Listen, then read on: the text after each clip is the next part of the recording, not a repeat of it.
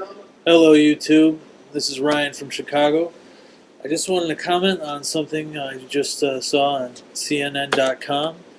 Official $20 billion arms sale to Saudis in the works. The quote I wanted to read was, here, first I'll set it up. The United States is developing a proposed $20 billion 10-year arms sales package for Saudi Arabia, a senior administration official confirmed on Saturday. The proposed sale, first reported in the New York Times, is intended to upgrade the Saudi's military capability to counter possible Iranian aggression. And the quote they have here later on is, "This is all about Iran," said the official who spoke to CNN on conditions of anonymity, because the discussions with the Saudis are still going on, and the arms sale deal has not been completed. Interestingly, Israel is expected to raise objections to the arms package and has expressed concerns about previous Saudi arms deals. So one thing I wanted to say was that something that Charlie Rangel actually just touched on Wolf Blitzer's show, The Situation Room, and that is that supporting these sorts of regimes over in the Middle East that aren't democracies by any stretch of the imagination, supporting these are just very unhealthy for our long-term foreign policy agenda. And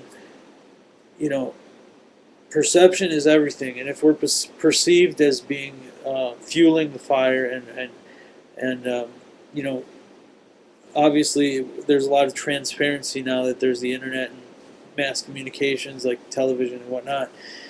So the public is actually visibly seeing these arms deals being hashed out, and so obviously then the U.S. becomes known as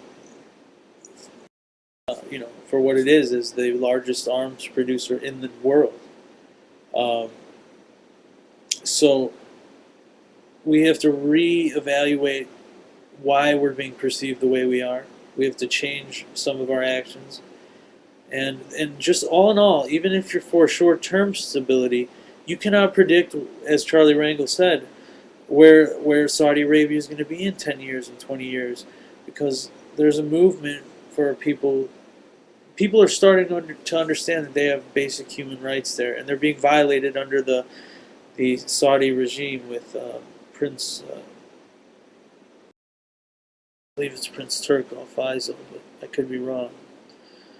Anyhow, the main point is that this is repeating history. I mean, the U.S. has armed Saddam Hussein in the 1980s against Iran as a way to do what they're doing now, is to stem the violence, or stem, the power of Iran in the region.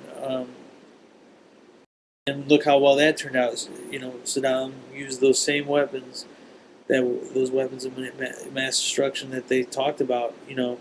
He was using them against his own people, against Iranians, and I'm sure if he could have, he would have used them against us, but he'd spent them all up and sold them because he was going broke. But the point being, and also with the Shah of Iran in 1953, when the CIA, it's openly known that the CIA reinstalled the Shah after a coup. So the point is that we can, getting involved in these internal struggles for democracy and for stability in these countries is not in our interest. Even though short term it seems like it is, because it literally gives us fuel, the petroleum, the lifeblood of our economy. But we really need to figure out some other way. So that's just about going to wrap it up. Thanks a lot, guys. Any links you guys have, post it right down here. I'll try to throw a link on there for the article on CNN.com. But if you can't find it, just type in Saudi arms deals. All right, thanks, guys. Peace.